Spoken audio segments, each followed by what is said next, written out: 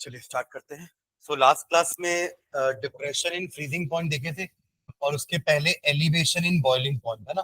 Total 3 property colligative वाली पढ़ चुके हैं। एलिवेशन इन बॉइलिंग पॉइंट का मीनिंग क्या था? It was denoted by delta TB.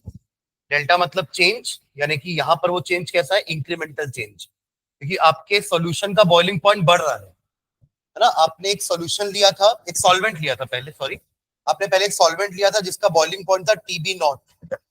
ठीक है, आपने उसमें थोड़ा सा सॉल्यूट ऐड कर दिया, है ना, उससे उसका बॉइलिंग पॉइंट बढ़ के कितना हो गया? टीबी। तो ये जो इंक्रीज हुआ है ना, इसी को डेल्टा टीबी बोल रहे हैं। यानी कि delta TB is equals to TB minus TB not. तो ये जनरल केस है कि अगर किसी भी सॉल्वेंट में अगर आप सॉल्यूट ऐड कर देते हो तो उसका बॉइलिंग पॉइंट बढ़ जाता है। यानी कि पानी का बॉइलिंग पॉइंट 100 डिग्री है, बट पानी में अगर नमक डाल दिया जाए तो उसका बॉइलिंग पॉइंट बढ़ जाएगा। लेट्स से 105 हो गया या 110 हो गया, बढ़ जाएगा। ठीक है, तो डेल्टा टीबी का अपन ने एक रिलेशनशिप निकाला था, delta TB is equals to M K B.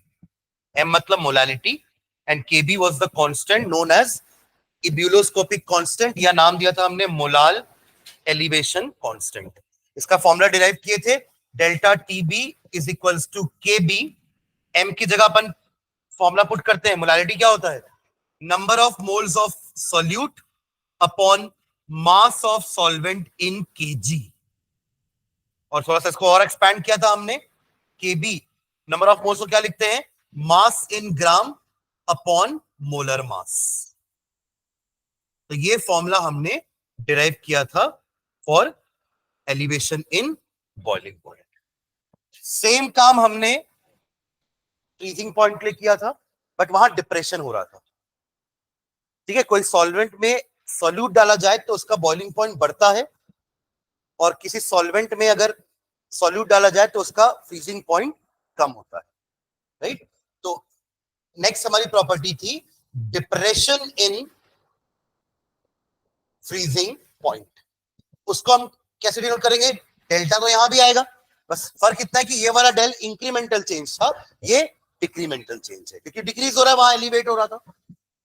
यहां पे डिनोट करेंगे टी एफ से। इसका फॉर्मूला अब अच्छा यहां पे क्या होगा? देखो, सॉल्वेंट का फ्रीजिंग पॉइंट ज्यादा है और सॉल्यूशन का एफ, हाँ sorry F F F, solution का कम, सॉल्वेंट का ज्यादा। यहां उल्टा था, क्योंकि यहाँ पे बॉइलिंग पॉइंट बढ़ रहा था, यहाँ फ्रीजिंग पॉइंट कम हो रहा है। तो सॉल्यूशन का फ्रीजिंग पॉइंट कम, सॉल्वेंट का फ्रीजिंग पॉइंट ज्यादा। Take the example of water. Water का फ्रीजिंग पॉइंट 0 डिग्री, और उसी में अगर मैंने नमक डाल दिया तो अब उसका फ्रीजिंग पॉइंट घट के हो गया -5, तो कम हो गया ना। सॉल्यूशन का फ्रीजिंग पॉइंट कम, पानी का फ्रीजिंग पॉइंट ज्यादा। और उसी चेंज को अपन डिप्रेशन इन फ्रीजिंग पॉइंट बोलते हैं, which is equal to TF not minus TF. एक ये फॉर्मूला। दूसरा फॉर्मूला इसका भी सेम ऐसे ही था, बस फर्क इतना है कि यहाँ पे के बी लिया हमने, यहाँ पे क्या लेंगे? K F. The constant is K F, that is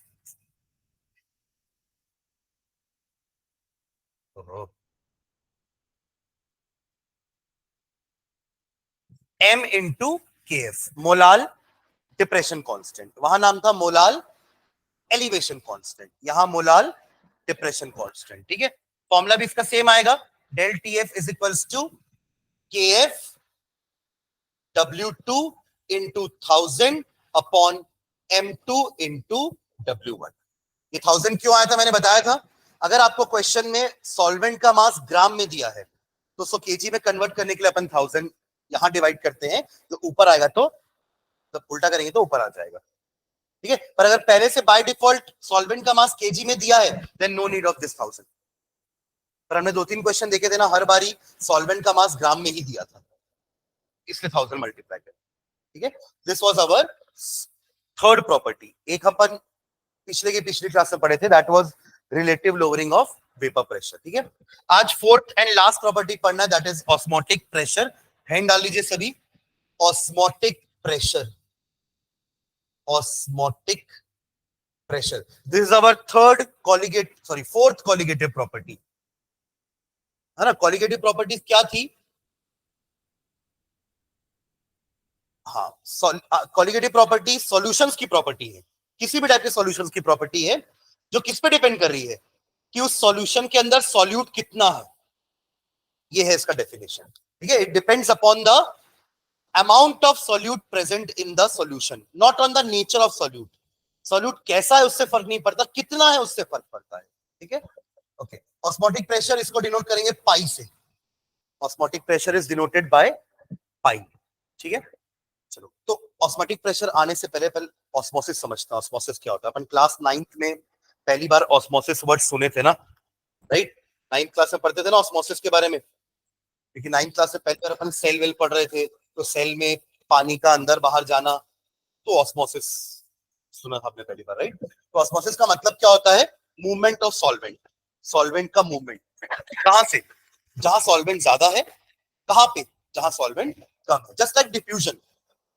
but diffusion upon gases के लिए जनरली बोलते हैं, क्योंकि गैसेस बहुत जल्दी फास्ट डिफ्यूज करती है from their higher concentration to lower concentration. The same way जब सॉल्वेंट का मूवमेंट होता है from its higher concentration to lower concentration, solvent का हायर कंसंट्रेशन ना, सॉल्यूशन का हायर कंसंट्रेशन नहीं, समझ रहे क्या? सॉल्यूशन के हाई कंसंट्रेशन में तो सॉल्वेंट कम होता है, सॉल्यूट ज्यादा होता है, तो वो उल्टा हो जाएगा फिर, ठीक है। तो सॉल्वेंट का मूवमेंट कहां से, जहां सॉल्वेंट ज्यादा है, वहां पे जहां सॉल्वेंट कम है। पर कैसे? Through a semi permeable membrane. क्योंकि जब हम सेल की बात करते थे, तो सेल में भी पानी एंटर करता है ना, तो ये मेम्ब्रेन होती है ना बीच में, और उसको अपन सेमी परमिएबल मेम्ब्रेन बोलते थे, because it allows selected particles to move in and out of the cell, इसलिए इसका नाम सेमी परमिएबल था। आप सेलेक्टिवली परमिएबल भी बोल सकते हो, क्योंकि वो सेलेक्टेड चीजों को ही अंदर बाहर होने दे रही है, ठीक है, या सेमी परमिएबल। तो इसी मूवमेंट को हम क्या बोलते हैं? ऑस्मोसिस, ठीक है। दो टाइप के भी पढ़े थे, एंडोऑस्मोसिस, एक्सोऑस्मोसिस। तो एंडो क्या था?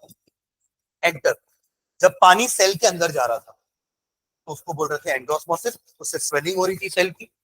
और एक्सोऑस्मोसिस में श्रिंकिंग हो रही थी, क्योंकि पानी यानी सॉल्वेंट सेल से बाहर आ रहा था, तो ऑब्वियसली सेल श्रिंक हो जाएगा।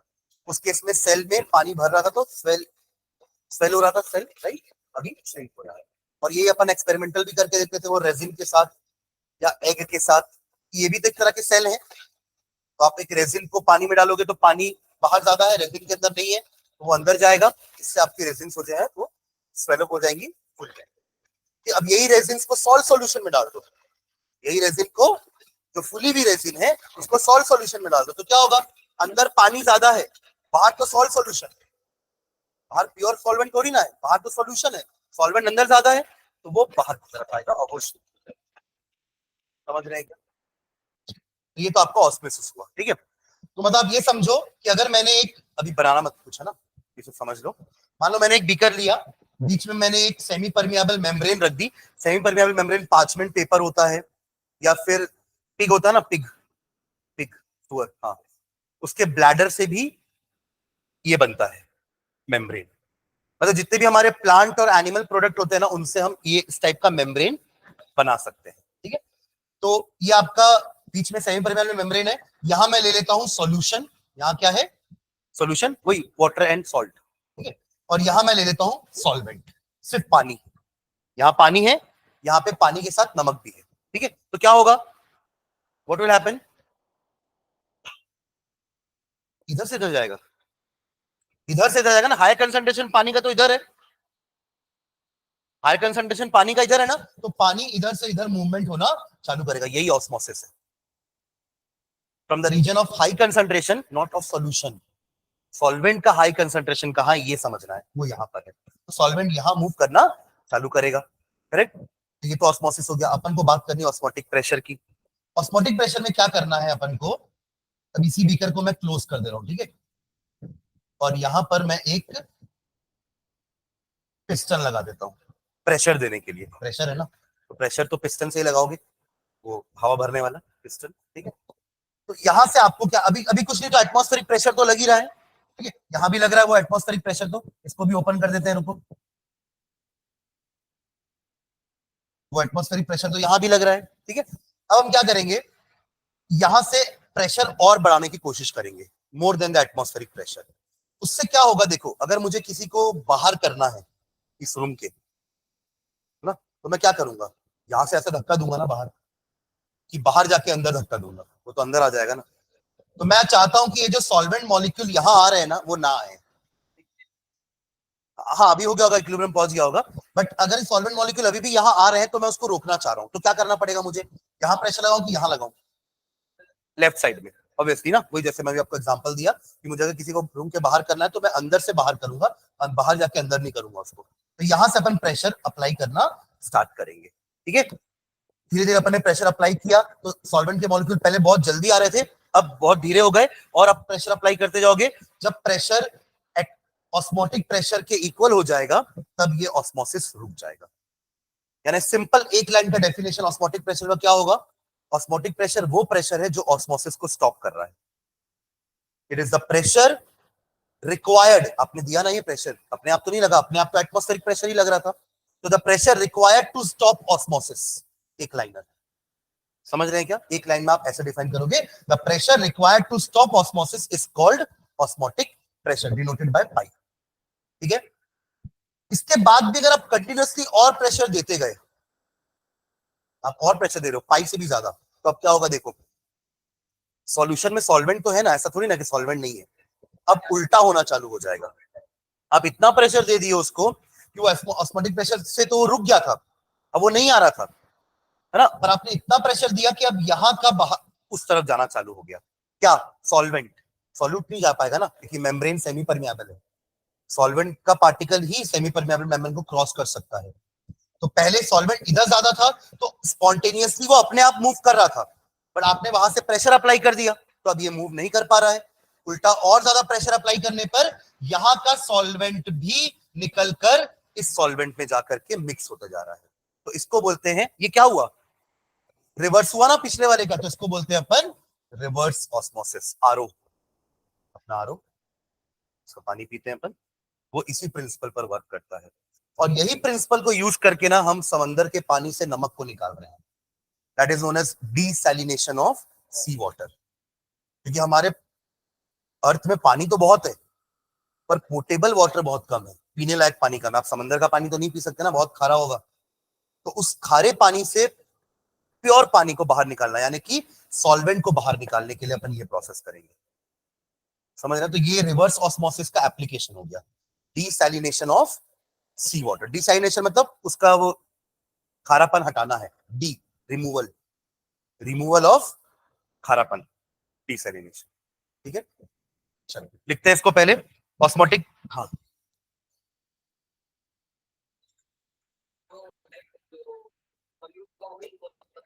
हाँ सॉलिड यही रह जाएगा, क्योंकि सॉल्यूट पास नहीं हो पाएगा ना, उसके लिए मेम्ब्रेन बहुत छोटा है, वो पास नहीं हो पाएगा, ये जो इसमें जो पोर्स हैं वो बहुत छोटे हैं उसके लिए, तो वो नहीं जा पाएगा। ठीक है, तो यही डिपॉजिट होता जाएगा, नमक भी मिल जाएगा।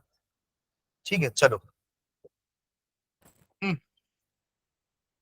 तो पहले ऑस्मोसिस, अच्छा एक सेकंड, आपने ऑस्मोटिक प्रेशर हिंट डाल दियो क्या, अच्छा, मैं वो एप्लीकेशन लिखवाना भूल गया, वो फ्रीजिंग पॉइंट वाले का, चलो ठीक है, ऑस्मोटिक प्रेशर के बाद देखेंगे, क्या एप्लीकेशन बताना था मुझे, जो अपन ने यहाँ देखा ना फ्रीजिंग पॉइंट कम हो जाता है, इसके दो एप्लीकेशन होते हैं, एक एंटी फ्रीज सॉल्यूशन बनाने के लिए, जो मैं डिस्कस भी किया था एक बार, कि गाड़ियों में जो पानी है वो ठंडी कंट्रीज में, कोल्ड कंट्रीज में वो जम ना जाए, क्योंकि बाहर का टेम्परेचर 0 से कम है अगर, तो कार में डला हुआ पानी जम जाएगा, तो वो ना जमे इसलिए अपन पानी डालेंगे, पानी के साथ कुछ सोल्यूट भी ऐड करेंगे, एंटी फ्रीज सोल्यूशन, जो उस पानी को 0 डिग्री पर फ्रीज होने नहीं देगा।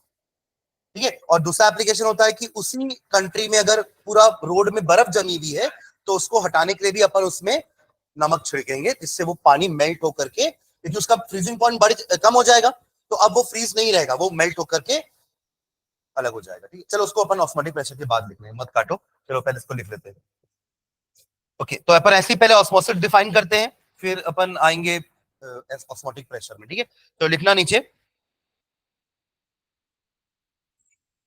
osmosis is the osmosis is defined as the osmosis is defined as the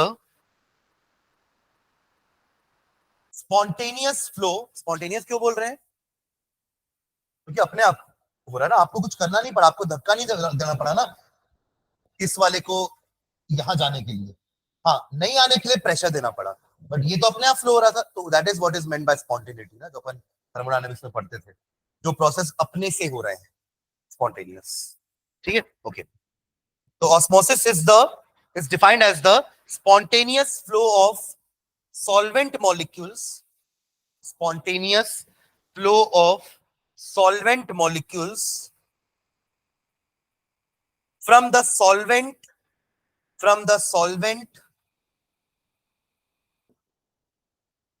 to the solution,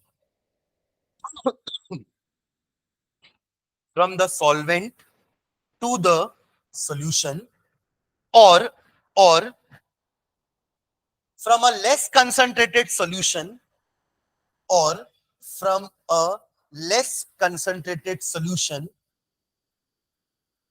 or from a less concentrated solution to a more concentrated solution, to a more concentrated solution. इसका क्या meaning हुआ और के बाद वाला?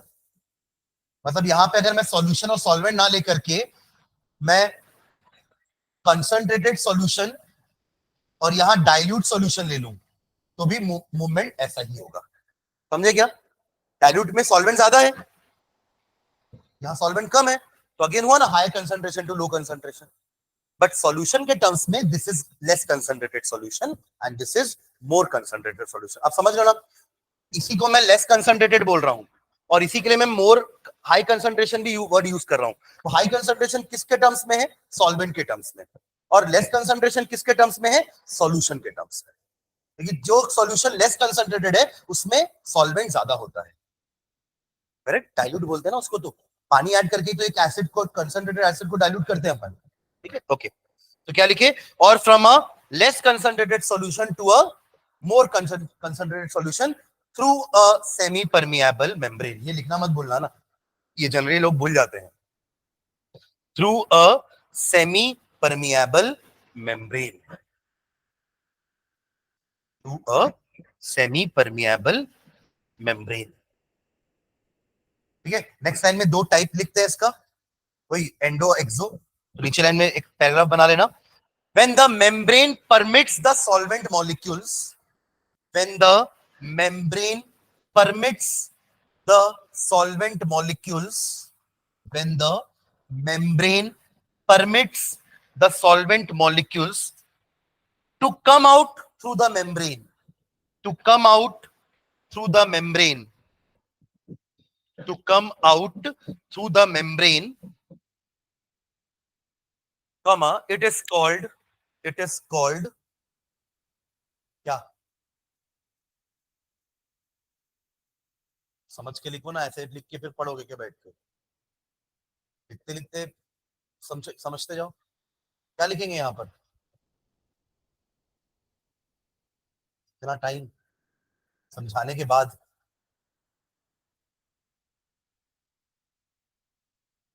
अरे English में तो लिखा है. अगर मेम्ब्रेन सॉल्वेंट मॉलिक्यूल को बाहर आने देती है तो एक्सो नहीं होगा क्या? क्या सोच रहे हो? कुछ नया वर्ड सोच रहे थे क्या? कुछ टफ लिखा है क्या जितना लिखा आपने अभी? कुछ गलत लिखा था या बहुत हाई लेवल का लैंग्वेज यूज करके लिखे थे अपन? अगर एक मेम्ब्रेन सॉल्वेंट मॉलिक्यूल को बाहर जाने की परमिशन दे रही है, इसका मतलब वो बाहर आ रहा है, सेल के बाहर आ रहा है, यानी कि एग्जिट, एक्सोऑस्मोसिस. ठीक है, full stop. When the membrane permits, अब इसको कंप्लीट करो पूरा.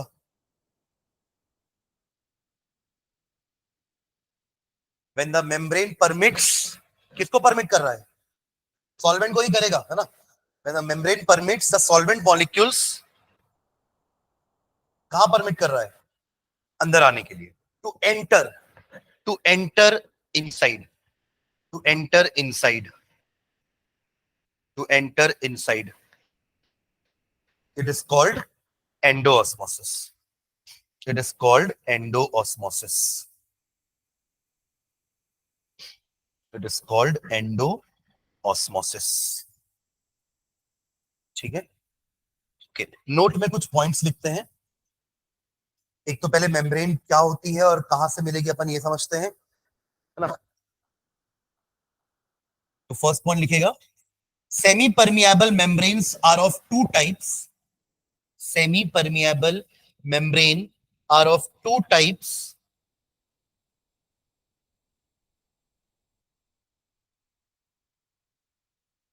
फर्स्ट लिखेगा नेचुरल, नेचुरल एग्जाम्पल लिखो इसका हाइफन डाल के, नेचुरल में हाइफन डाल के एग्जाम्पल लिखना,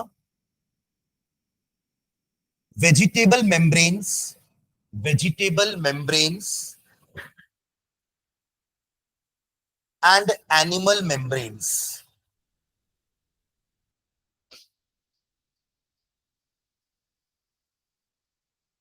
मतलब हमारी जो आउटर स्किन होती है ना, उसके बाद जो नीचे की स्किन होती है ना, वो काइंड ऑफ सेमी परमिएबल होती है, तो वी कैन यूज दैट। तो क्या लिखे अपन, vegetable membrane and animal membrane, इसमें हाइफन डाल के, pig's bladder is the most common, pig's bladder is the most common semi-permeable membrane used।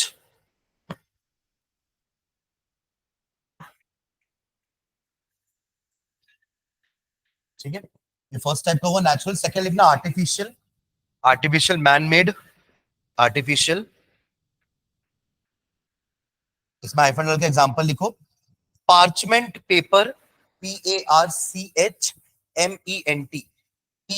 PARCHMENT, parchment paper, comma cellophane, cellophane CELLOPHANE,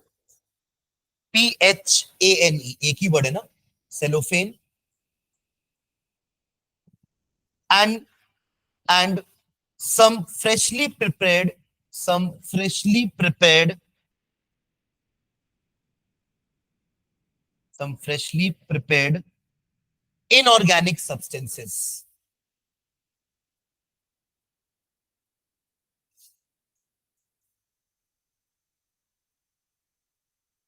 ठीक है, ये फर्स्ट पॉइंट हुआ नोट का। Second point लिखेगा, second point, आप लोगों ने नाइन्थ में ही हाइपोटोनिक, हाइपरटोनिक वर्ड भी सुना होगा ना। एक सॉल्यूशन हाइपरटोनिक है या सॉल्यूशन हाइपोटोनिक है या आइसोटोनिक है, तीन टाइप के सॉल्यूशन होते हैं, डिपेंडिंग अपॉन कि उसके अंदर ऑस्मोसिस हो रहा है कि नहीं हो रहा है, या एंडो हो रहा है या एक्सो हो रहा है। ठीक है, तो एक सेकंड पॉइंट में वो लिखेंगे, if two solutions have same osmotic pressure,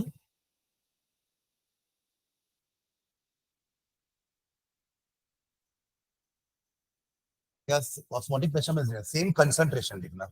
if two solution have same concentration, अभी तक तो अपन osmotic pressure को define नहीं किया ना, तो उसके टर्म्स में नहीं लिखते। if two solutions have same concentration, comma, they are called isotonic, they are called isotonic, they are called isotonic।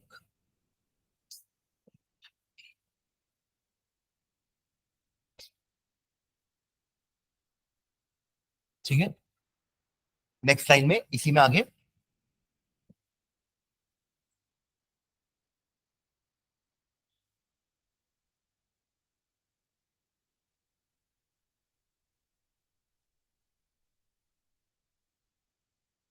hypertonic solution, hypertonic solution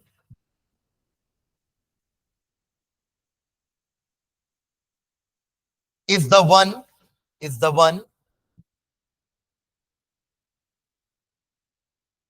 whose concentration is less, whose concentration is less,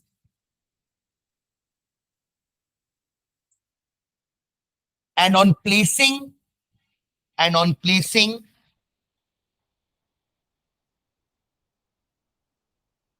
a cell, and on placing a cell in this type of solution, in this type of solution, comma, the cell shrinks, the cell shrinks, the cell shrinks, that is exoosmosis takes place, that is exoosmosis takes place, that is exoosmosis takes place। ठीक है, क्या लिखे एक बार read करना,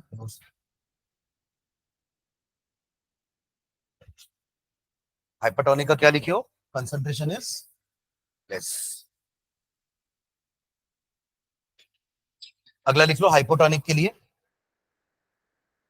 same उल्टा हो जाएगा, पर यहाँ एंडोऑस्मोसिस होगा और सेल स्वेल हो जाएगा, ठीक है। यानी कि बाहर के सॉल्यूशन का कंसंट्रेशन हाइपोटोनिक, ठीक है, उसका कंसंट्रेशन क्या होगा, ज्यादा।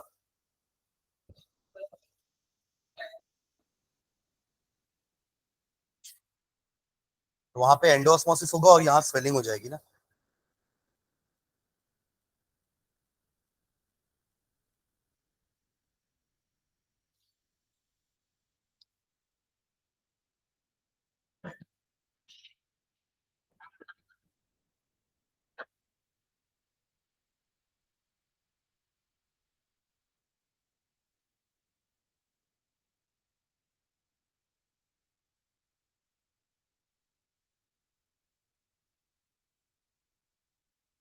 हाइपर हाइपो,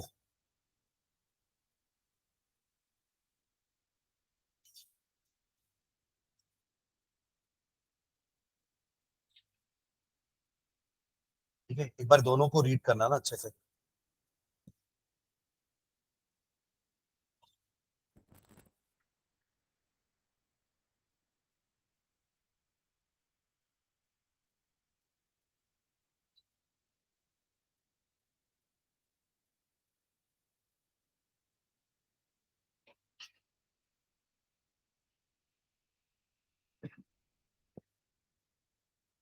आया समझ में,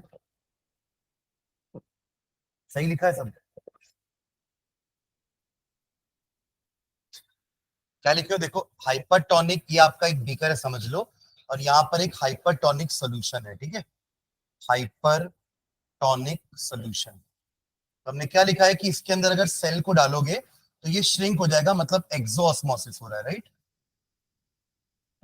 यानी सॉल्वेंट सेल के बाहर आ रहा है ना, यानी कि सॉल्वेंट सेल के अंदर ज्यादा है, बाहर कम होगा। बाहर कम है मतलब ये सॉल्यूशन मोर कंसंट्रेटेड नहीं होगा। अरे मोर कंसंट्रेटेड में पानी कम, मतलब सॉल्वेंट कम होता है ना, सॉल्यूट ज्यादा होता है, तभी तो ये बाहर आ पाया ना। अब पढ़ो क्या लिखे हो वापस।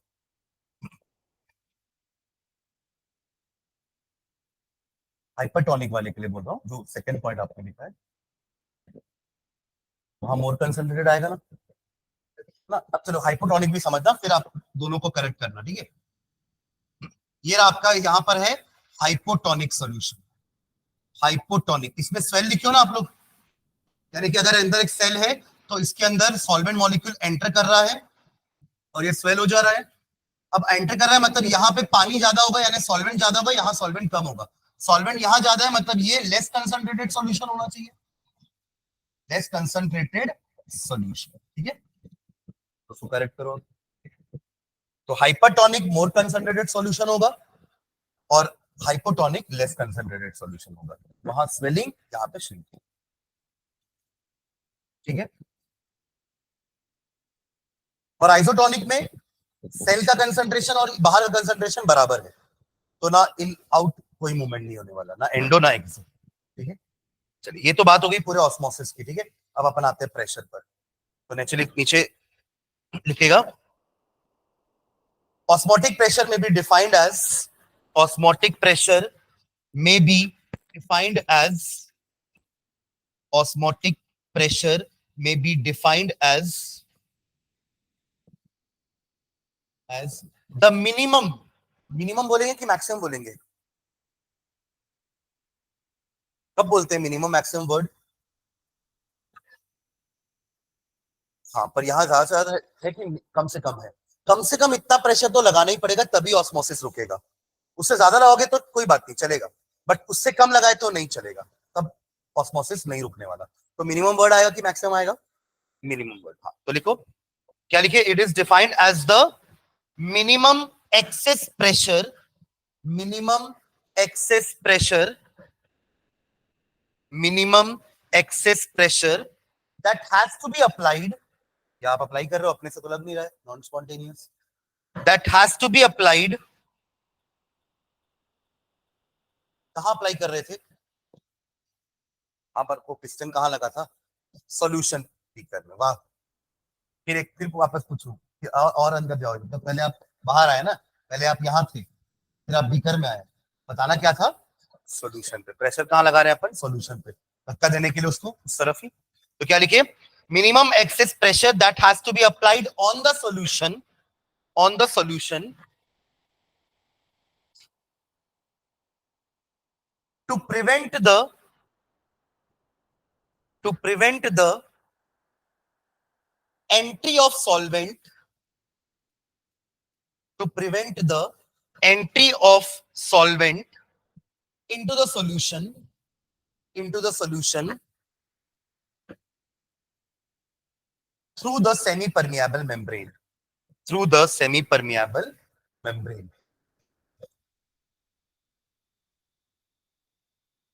समझ रहे क्या? ये जो इतना बड़ा लाइन अपन लिखा, इसकी जगह दो वर्ड यूज कर सकते थे। टू प्रिवेंट जो अपन लिखे हैं ना, वहां पे पूरा लाइन हटा करके अपन टू स्टॉप ऑस्मोसिस लिख देते थे। वही तो मतलब है ना। इसे तो अपन ने ऊपर डिफाइन किया ना ऑस्मोसिस पहले की। ऑस्मोसिस क्या होता है? सॉल्वेंट का मॉलिक्यूल सॉल्यूशन में जाना, यही ऑस्मोसिस है। तो यहाँ हमने जो इतनी बड़ी लाइन लिख दी ना इसके लिए कि to prevent the entry of solvent molecule into the solution through the semi permeable membrane, इस पूरे को रिप्लेस कर सकते हैं अपन टू प्रिवेंट की जगह टू स्टॉप ऑस्मोसिस। हो सकता है ऐसा ना? तो उसको एक शॉर्ट डेफिनेशन और लिखते हैं। ये हो गया, इज कॉल्ड ऑस्मोटिक प्रेशर। ठीक है क्या? सॉरी आप तो लिखे हो ना, ऑस्मोटिक प्रेशर इज डिफाइंड ऐसे चालू किए थे ना। हाँ तो खत्म, सेमी परमेबल मेम्ब्रेन। ठीक है, और करके एक लाइन और लिख लो, छोटा सा डेफिनेशन। और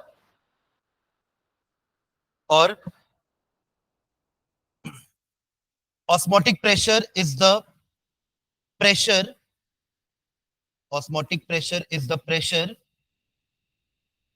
applied on the solution, osmotic pressure is the pressure applied on the solution to stop osmosis, to stop osmosis, to stop osmosis। ठीक है, इसका डायग्राम बना लो। प्रेशर कहां पे लगा रहे हैं, वही सिलेंडर वाला डायग्राम बना लेंगे।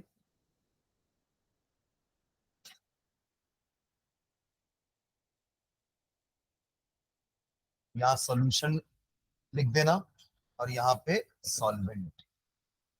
ठीक है, बीच में सेमी परमिएबल मेम्ब्रेन हो जाएगी।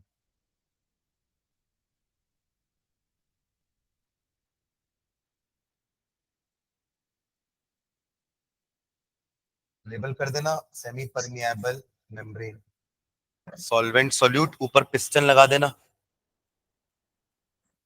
तरफ।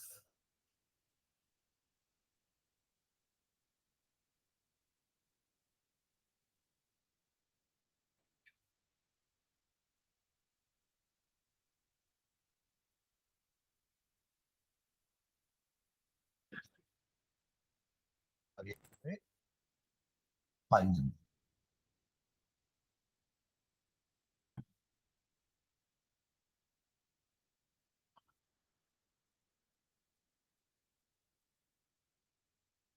ठीक है, रिवर्स ऑस्मोसिस भी एक लाइन लिख लेते हैं कि रिवर्स ऑस्मोसिस कब होगा?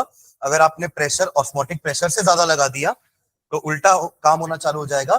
सॉल्यूशन के पास जो सॉल्वेंट मॉलिक्यूल है वो प्योर सॉल्वेंट की तरफ मूव करना स्टार्ट कर देंगे। ठीक है, हो गया diagram.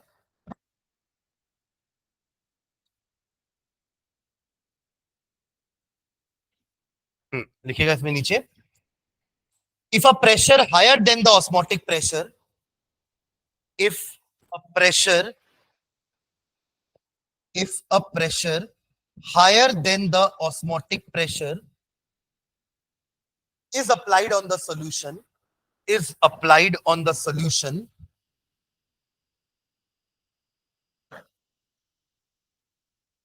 is applied on the solution, comma, the solvent will flow, the solvent will flow, the solvent will flow, क्या लिखेंगे, कहां से कहां? From the solution to the pure solvent, from the solution into the pure solvent,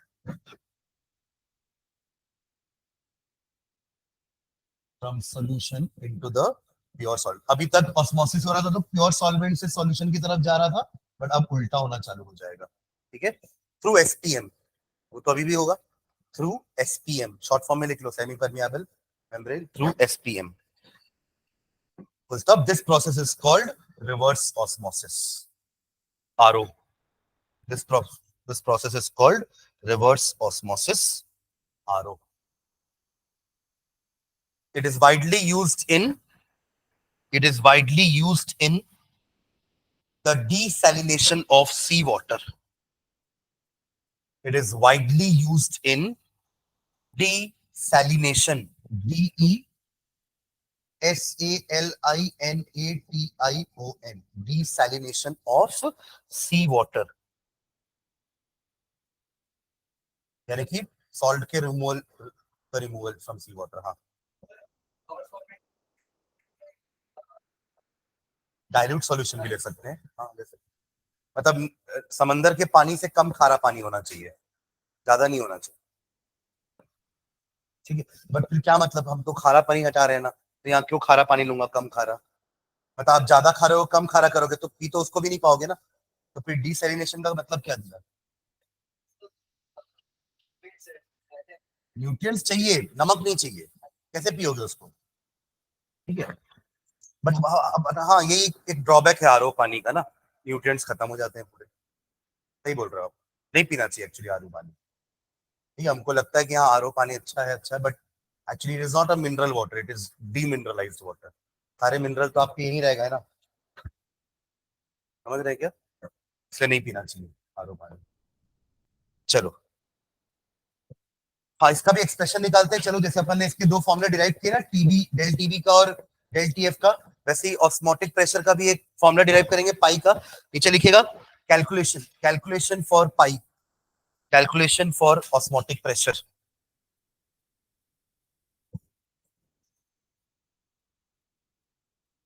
ठीक है, इसमें hyphen डाल के लिखना. Osmotic pressure of a solution, osmotic pressure of the solution is found to be directly proportional, is found to be directly proportional, is found to be directly proportional to the molar concentration, to the molar concentration. Molar concentration के bracket में सी लिखना, उसको सी से denote करते हैं, वही मोल पर litre, molarity. ठीक है, तो जहां कंसंट्रेशन बोलेंगे वहां मोलारिटी है मतलब. ठीक है, हाँ. Is found to be directly proportional to molar concentration, bracket में C, of the solution, of the solution and its temperature, and its temperature, and its temperature. तो जो भी आपने लिखा है, इसको अगर अपन मैथमेटिकली लिखे तो pi directly proportional to C, pi directly proportional to T, temperature. ठीक है, दोनों कंबाइन करेंगे तो pi directly proportional to C T. Proportionality से हटाने के लिए मैं एक कांस्टेंट मल्टीप्लाई कर रहा हूं, that is R, gas constant. Pi is equals to C R T. Cathode ray tube, वो नहीं है ना, मतलब याद रखने के लिए बता रहा हूँ. कैथोड रे ट्यूब होता था ना अपना, वो इलेक्ट्रॉन डिस्कवरी वाला कैथोड रे ट्यूब, जिसमें कैथोड रेस थी, इलेक्ट्रॉन डिस्कवर किया था जे थॉमसन ने. ठीक है, सीआरटी. अब सी आपका क्या था, मोलारिटी, यानी कि number of moles of solute. N2 आ गया फिर से अपना. देखो, मैंने फिर से बता रहा हूँ ना, 2 मतलब सॉल्यूट है और 1 मतलब सॉल्वेंट है. जहां भी मैं 2 सब्सक्रिप्ट यूज कर रहा हूं, I am using it for solute, and 1 मतलब सॉल्वेंट मानता हूं मैं. ठीक है, तो N2 आएगा नीचे ऊपर, और नीचे आ जाएगा V. V बोले तो वॉल्यूम किसका, सॉल्यूशन का. सॉल्यूशन लेते हैं ना भाई, मोलालिटी में नीचे लेते हैं सॉल्वेंट, उसका मास. एटलीस्ट ये डेफिनेशन तो याद होना चाहिए, 11 से पढ़ रहे हैं अपन डेफिनेशन. तो number of moles of solute upon mass, volume of solution in litres. ठीक है, ये पुट कर दो उसमें, सी की जगह. Pi is equals to N2 RT by V. ठीक है, अब देखो, इसके पहले जो 3 प्रॉपर्टी अपन पढ़ चुके हैं ना, एक RLVP, that is relative lowering of vapour pressure, elevation in boiling point, depression in freezing point. इन तीनों में ही ना हमने M2 का भी एक फॉर्मूला डिराइव किया है. जो क्लास में थे उनको पता है. M2 क्या है, आपके सॉल्यूट का molar mass. Capital M stands for molar mass, small m या W अपन यूज करते हैं मास इन ग्राम के लिए, ठीक है। मतलब जो मैंने मास आपको दिया वो मास इन ग्राम है, पर उस सॉल्यूट का जो मोलर मास है वो तो फिक्स है ना हमेशा, है ना। मैं आपको नमक 1 चम्मच दूं या 5 चम्मच दूं, उसका मोलर मास तो हमेशा फिक्स होगा ना, 58.5। वो तो चेंज नहीं कर सकते आप। 5 चम्मच के लिए ज्यादा थोड़ी ना हो जाएगा।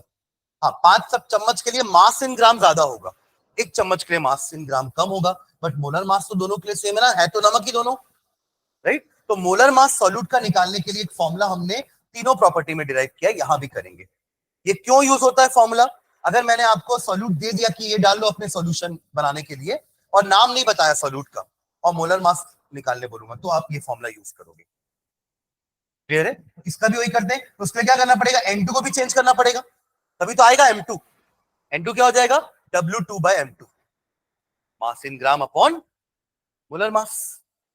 फॉलो कर रहे हैं क्या? पक्का? तो नीचे लाइन में लिखते हैं, चेंज कर दो, N2 is equals to W2/M2। मैं नहीं लिख पा रहा W2/M2 क्या है, अपन लिख चुके हैं पहले। W2 is the mass in gram of your solute जो मैंने आपको दिया है, और M2 क्या है, उसी सॉल्यूट का मोलर मास, जो मैंने आपको नाम नहीं बताया। नाम बता दिया होता तो आप ऐसे ऐड करके निकाल लेते ना कि ये NaCl है, तो ऐड कर देते 23 + 35.5 से 58.5, बट नाम नहीं पता है तो M2 निकालना रहेगा, ठीक है। ये वैल्यू को पुट कर दो ऊपर, तो हमारा फॉर्मूला निकल जाएगा M2 का भी। तो क्या हो जाएगा, pi is equals to W2 RT upon M2 into V। अब M2 को उधर लेके चले जाओ, तो M2 is equals to W2 RT upon pi V। ये हमारा M2 का फॉर्मूला, ये पाई का फॉर्मूला, ठीक है।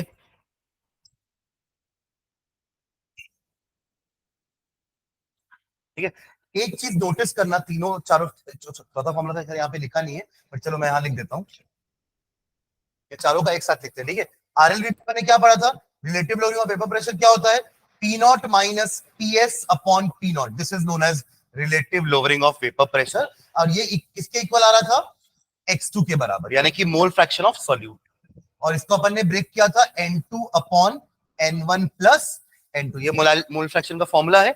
और फिर हमने N2 को ब्रेक किया था W2 अपॉन M2, इसको नेग्लेक्ट कर दिए थे N2 को, नीचे वाले N2 को, क्योंकि डाइल्यूट सॉल्यूशन होगा तो सॉल्यूट की क्वांटिटी कम होगी सॉल्वेंट के सामने, तो यहाँ पे N1 को ही बस मानेंगे, N2 को हटा दिए कैलकुलेशन इजी करने के लिए, तो W1 अपॉन M1। तो फाइनली फॉर्मूला क्या बना, RLVP इज इक्वल्स टू, ये ऊपर जाएगा तो W2 into M1 upon M2 into W1, या फिर M2 का फॉर्मूला क्या बना, W2 M1 अपॉन RLVP, जो भी वो प्रॉपर्टी है, इंटू W1, करेक्ट। तो आप एक चीज नोटिस करना, चारों फॉर्मूले में, चारों M2 के फॉर्मूले में, ये प्रॉपर्टी हमेशा इनवर्सली प्रोपोर्शनल है, ध्यान देना।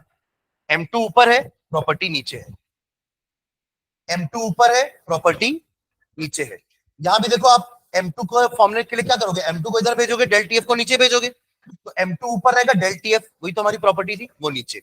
ये हमेशा इनवर्सली प्रोपोर्शनल रहेंगे, ये चीज हर फॉर्मूले में श्योर है, ठीक है।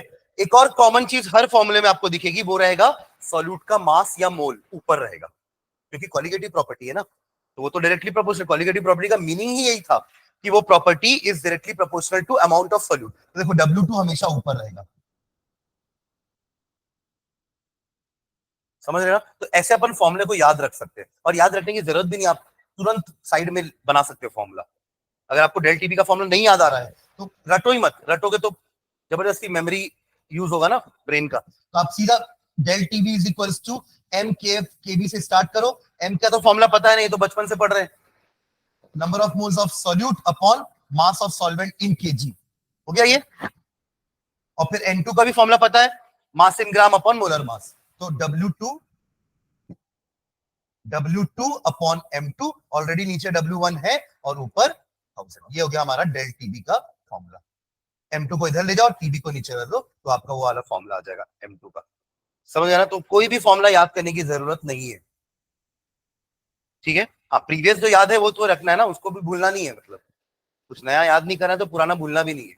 और पुराना यही सब तो फॉर्मूला था, मोलालिटी क्या होता है, मोलैरिटी क्या होता है, ये मोलैरिटी था, ये वाला सॉरी, ये वाला, ठीक है, उसी को पुट किया और ये नंबर ऑफ मोल्स का फॉर्मूला है, मास इन ग्राम अपॉन मोलर मास। ठीक है, चलिए, तो इसी के बेसिस में एक दो क्वेश्चन होगा देखना आपके एनसीईआरटी में ही। कहां तक हो गया था अपन, कौन कौन से क्वेश्चन देख लिए थे सॉल्व एग्जांपल में, तक हो गया था। हाँ, इसके बाद दिखा देता हूँ। 1.9 1.10 देखे थे ना, अगला ऑस्मोटिक प्रेशर था, ये ऑस्मोटिक प्रेशर हो गया अपना, और फॉर्मूला भी हो गया। चलो 1.11 जल्दी देखो, 1.11, 1.11, 1.11 मतलब, बुक बीच में रख लेते हैं, बुक बुक लेके आना ना नेक्स्ट क्लास से जब भी आओगे, जो भी आ रहा है, ठीक है। चलो 1.11 पढ़िए, क्या इक्वेशन, क्वेश्चन, 200 सेंटीमीटर क्यूब, ये वाला क्वेश्चन है क्या? हाँ, रीड करो। 200 centimetre cube of an aqueous solution, ये वॉल्यूम दे दिया है सॉल्यूशन का, है ना। Okay, 200 centimetre cube of aqueous solution of a protein contains 1.26 gram of protein. What is 1.26 gram? Protein क्या है यहाँ पे, सॉल्यूट, और एक्वस सॉल्यूशन बोल दिया मतलब पानी सॉल्वेंट है, मतलब आप पानी में प्रोटीन को घोला है, बोलते हैं ना वो जिम वाले, पानी में प्रोटीन, कितना ग्राम प्रोटीन, 1.26 ग्राम प्रोटीन को उसने 200, मतलब इतना पानी लिया कि टोटल सॉल्यूशन का वॉल्यूम कितना बन गया, 200 सेंटीमीटर। ओके, यानी 200 ml ही बोल रहा है वो एक्चुअली, है ना, 0.2 लीटर, लीटर में कन्वर्ट करोगे तो कितना हो जाएगा वो, 0.2 लीटर। ठीक है, ओके, आगे, the osmotic pressure of this solution at 300 kelvin, temperature दे दिया आपको, T, is found to be 2.57 into 10 to the power minus 3 bar. This is pi, pi given है। Calculate the molar mass of the protein, M2 निकालना है। तो क्या क्या given है आपके पास, W2 गिवन है, प्रोटीन का मास दिया ना 1 पॉइंट समथिंग, तो W2 गिवन है, R कांस्टेंट है 8.314 लेकर के सॉल्व करेंगे, है ना, T 300 गिवन है ना, T 300, ओके, और पाई वो तो निकालना है, नहीं दिया है ना, ओके दिया है बाद, और बी दिया ना 200 सेंटीमीटर की, उसको लीटर में बस कन्वर्ट कर लेना, ठीक है, ओके, तो लिख लो जल्दी से। अच्छा, एक चीज याद रखेंगे, यहाँ पे 8.314 यूज नहीं करेंगे ना, देखिए प्रेशर बार में दिया हुआ है, तो उसके लिए वैल्यू आती है आपकी 0.083, आर की वैल्यू होती है 0.083, जो कि आपके लीटर बार के यूनिट में होता है, तो उसका यूनिट भी लिख लेना, लीटर बार, लीटर बार पर केल्विन पर मोल। जनरली एनर्जी वाले हम जो पढ़ते थे ना थर्मोडायनेमिक्स में और इक्विलिब्रियम में, वहां पे जूल पर केल्विन पर मोल होता था इसका यूनिट आर का, तब वो 8.314 जूल पर केल्विन पर मोल होता था। तो ध्यान रखना, अगर बार और लीटर ऐसे में दिया हुआ क्वांटिटी तो आप 0.083 वैल्यू लेकर के सॉल्व करेंगे, ठीक है। और अगर जूल्स में कुछ एनर्जी वाले कुछ क्वेश्चन है तो आर की वैल्यू 8.314 जूल पर केल्विन पर मोल, ठीक है। चलिए जल्दी इसको सॉल्व कर लो एक बार कॉपी में भी।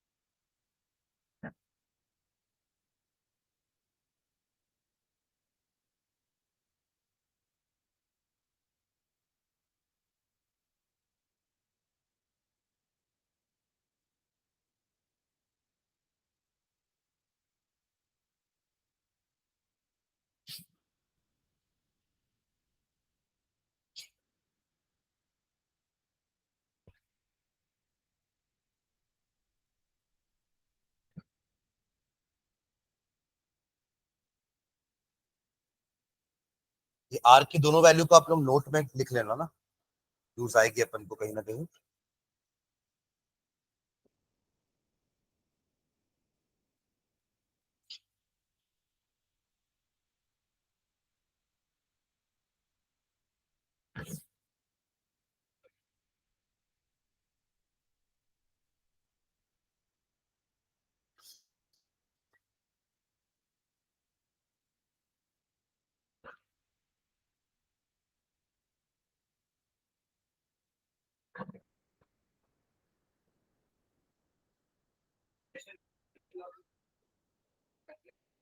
एटीएम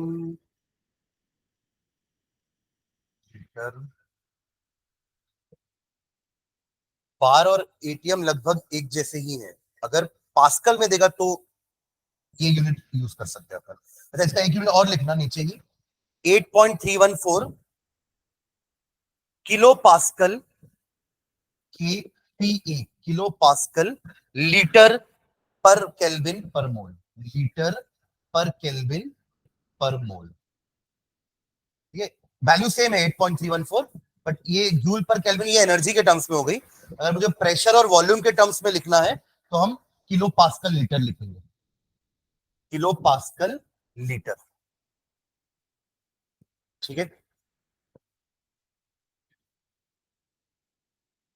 इसके बाद जो इंडेक्स क्वेश्चन में ही अनसॉल्व वाला है ना, उसी के सामने वाले पेज में देखना, 1.9 10 11 12 दिख रहा है क्या? चार क्वेश्चन देखो। इसके पहले जो चारों प्रॉपर्टीज अपन ने सॉल्व एग्जांपल तो कर लिए कॉपी में, ये चार क्वेश्चन और करने हैं, है ना। ये चारों अनसॉल्व है उसी प्रॉपर्टीज के, चारों प्रॉपर्टी। आरएलबीपी का एक क्वेश्चन होगा, एक क्वेश्चन डेल टीबी का होगा, एक क्वेश्चन डेल टीएफ का होगा, और एक क्वेश्चन पाई वाला होगा।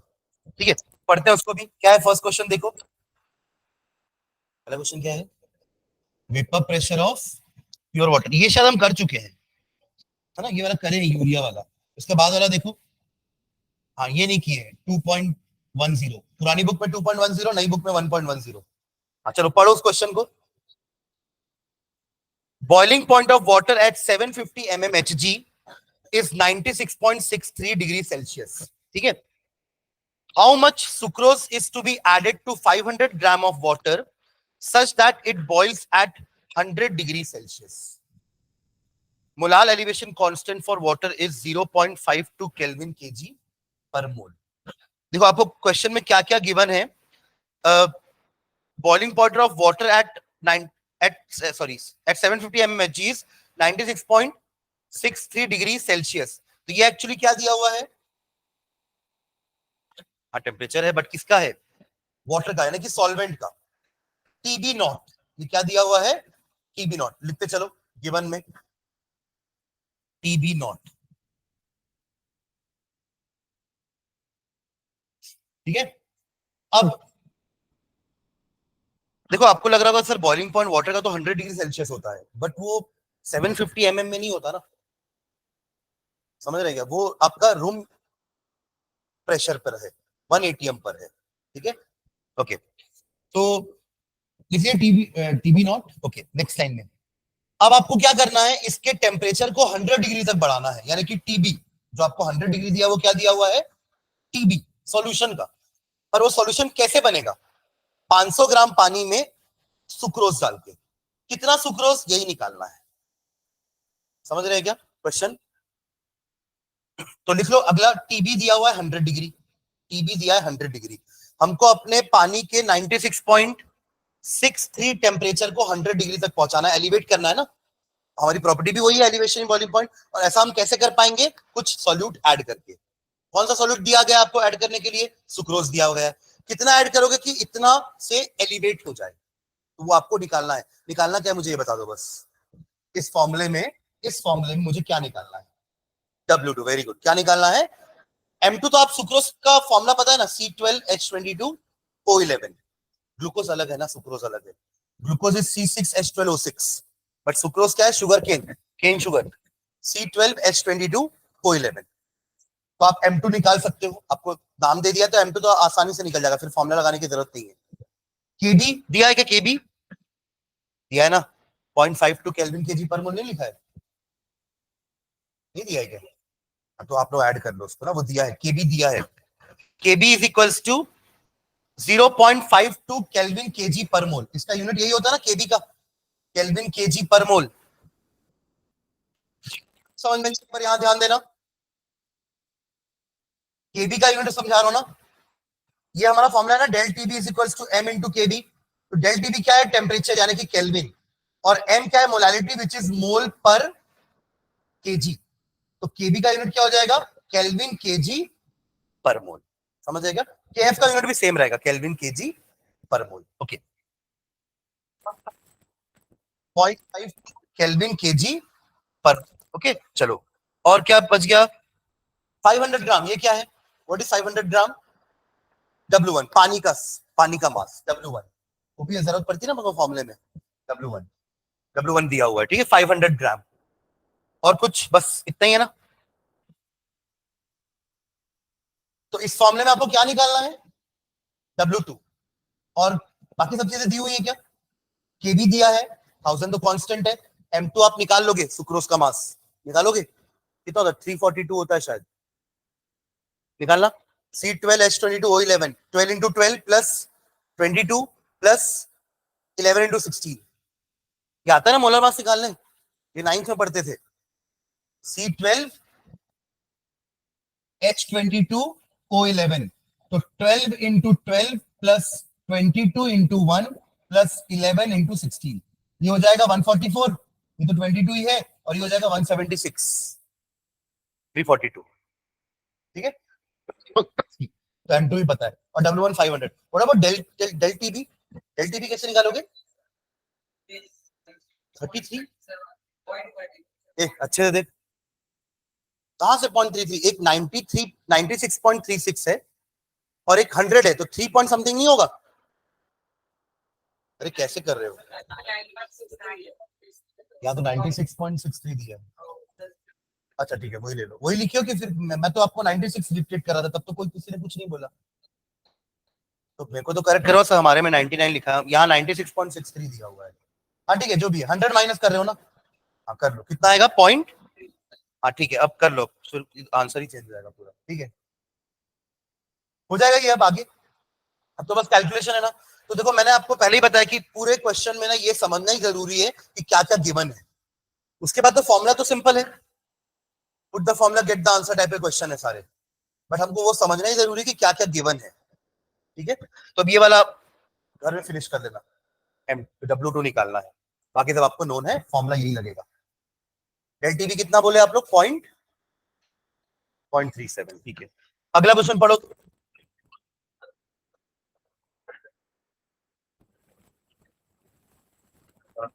बट पता भी होना चाहिए आपको,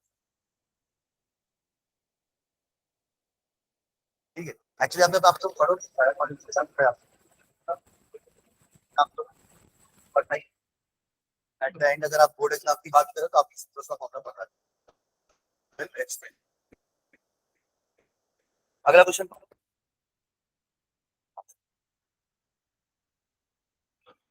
calculate the mass of ascorbic acid. इसका दिया, देखो ये नहीं पता होगा, ये दिया ना।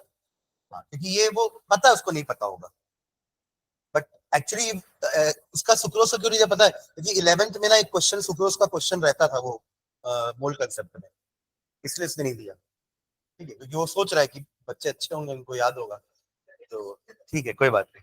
हाँ, तो एस्कॉर्बिक एसिड का फॉर्मूला दिया हुआ है, to be dissolve in 75 gram of acetic acid to lower its melting point by 1.5 degree Celsius. What is 1.5 degree Celsius here? अगर पूरा क्वेश्चन रीड किया हो तो व्हाट इज 1.5? हाँ, डेल टीबी टीएफ, मतलब समझ गया ना कि वो क्या बोल रहा है? इतने डिग्री से लोअर होना चाहिए, यानी कि ये डेल टीएफ है। जब आप दोनों के फ्रीजिंग पॉइंट को माइनस करोगे तो ये वैल्यू आनी चाहिए, दैट इज डेल टीएफ। समझ गए क्या? ओके, तो क्या क्या गिवन है? ये अभी जो क्वेश्चन किए ना, ये वाला, उसके लिए जगह छोड़ दो कैलकुलेशन के लिए, अगले पार्ट का सब गिवन लिख लो, अगले क्वेश्चन का जल्दी। पर जगह छोड़ना, कैलकुलेशन करोगे, इसका फाइनल आंसर निकालना है ना। कितना ग्राम सुक्रोज डालोगे बताओगे मुझे नेक्स्ट क्लास में, जिससे पानी का बॉइलिंग पॉइंट आपने 3 डिग्री, सॉरी 0.3 डिग्री से बढ़ा दिया, ठीक है। चलो अगला, क्या क्या गिवन है? डेल टीएफ गिवन है। What is del TF? 1.5 degree. अब देखो यहाँ ये मत सोचना सर केल्विन में कन्वर्ट करें कि नहीं करें, फर्क नहीं पड़ेगा, क्योंकि आपका 1 डिग्री से ही रेज हो रहा है ना, तो जरूरत नहीं पड़ेगी आपको। जैसे पिछले बार भी हमने डिग्री सेल्सियस में ही काम कर लिया ना, केल्विन में कन्वर्ट नहीं किया। वरना बोलोगे सर केबी का यूनिट तो केल्विन में दिया हुआ है, तो हम यहाँ पर इसको केल्विन में क्यों नहीं ले रहे? आप दोनों को केल्विन में कन्वर्ट करोगे, माइनस भी करोगे, तो वैल्यू सेम आएगी। आप समझ रहे हो क्या मैं क्या बोल रहा हूँ? आप 100 माइनस 99 करो, 1 आएगा। समझ रहा मैं क्या बोल रहा हूँ? आप 100 माइनस 99 करो, 1 आएगा। उसी दोनों वैल्यू में 200 200 ऐड कर दो, तो 300 माइनस 299 करने भी 1 ही आएगा ना। इसलिए हमने कन्वर्जन नहीं किया, क्योंकि दोनों को कन्वर्ट करने के लिए सेम वैल्यू ऐड कर रहे हो ना, तो it will make no sense. हाँ ठीक है, हाँ तो चलो, तो del TF is 1.5 done. Okay, what else? और क्या दिया हुआ है? आपको एस्कॉर्बिक एसिड का मास कैलकुलेट करना है. Ascorbic acid is our solute. What is solvent? Acetic acid. अरे जिसको डालते हैं वो सॉल्यूट है ना, और जिसमें डालते हैं वो सॉल्वेंट है.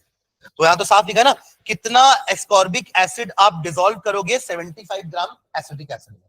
तो acetic acid is your solvent, ascorbic acid is your solute. तो W2 निकालना है. लिख लो W2 is equal to question mark. W2 हमें निकालना है. और व्हाट इज 75? W1 लिख लो. W1 75 ग्राम. केएफ दिया है आपके क्वेश्चन में, अभी इसमें दिया है ना केएफ, तो ऊपर भी के भी देगा, वो गलती से शायद भूल गया होगा. तो केएफ लिख लो 3.9 केल्विन केजी पर मोल.